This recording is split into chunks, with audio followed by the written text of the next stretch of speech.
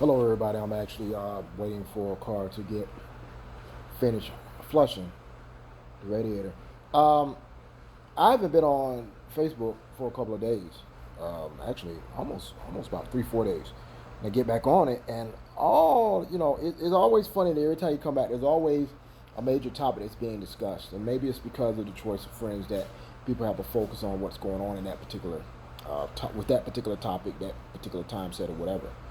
Um, it is the whole Botham case, and what I was mainly really focused on was the plethora of African Americans that were attributing the Christian approach, Christ-like approach of Botham's brother and others in the family to this young lady, this ex-cop, and saying he forgave her, and not only were there, he offered her the gospel.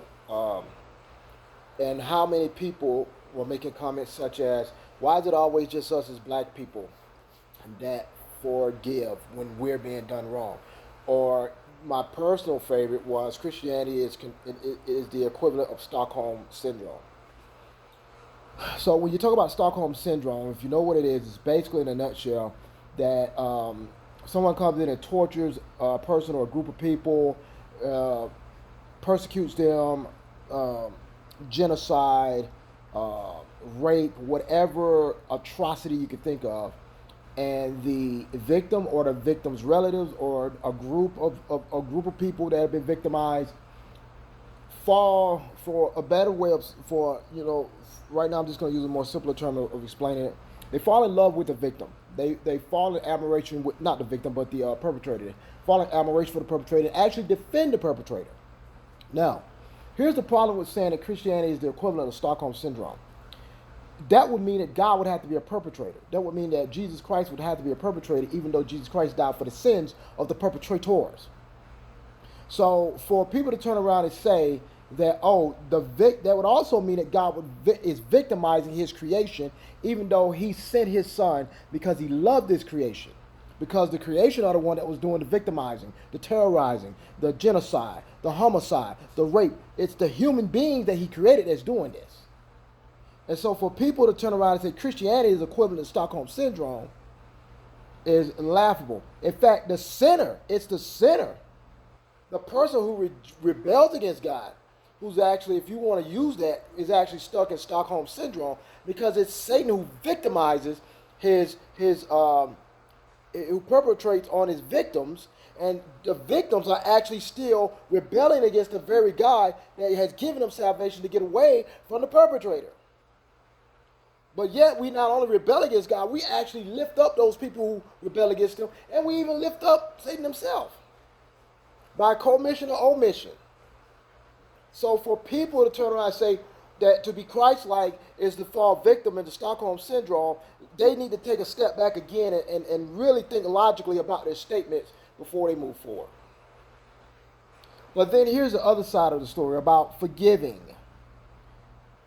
This is why it's such a wrestling match when it comes to having faith and trust in God. Because for one, we're now in a society, and this has been going on for a while, but now it's more prevalent than ever, of those individuals who cannot even believe that God exists. Let alone we're going to talk about forgiving someone who's done such an atrocious crime. How can someone turn around and forgive them as if nothing happened? No, that's not what is going on. What's happening is we know something happened.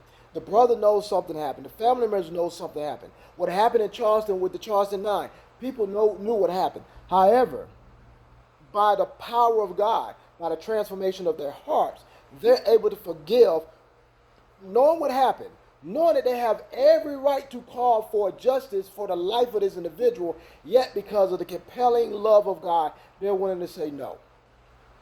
We don't know that literally, that once this situation happened, that God literally provide and showed His mercy, and not only just to her, but we're talking about a plethora of people. And I've seen a whole bunch of entries on whether it's YouTube or the news or Facebook, or people saying, you know what, this has made me rethink this. How is it that this guy, there's so much evil that's talked about in Christianity, but yet I'm looking at this and going, either this person is insane or they really believe in the God that they serve and this love is real.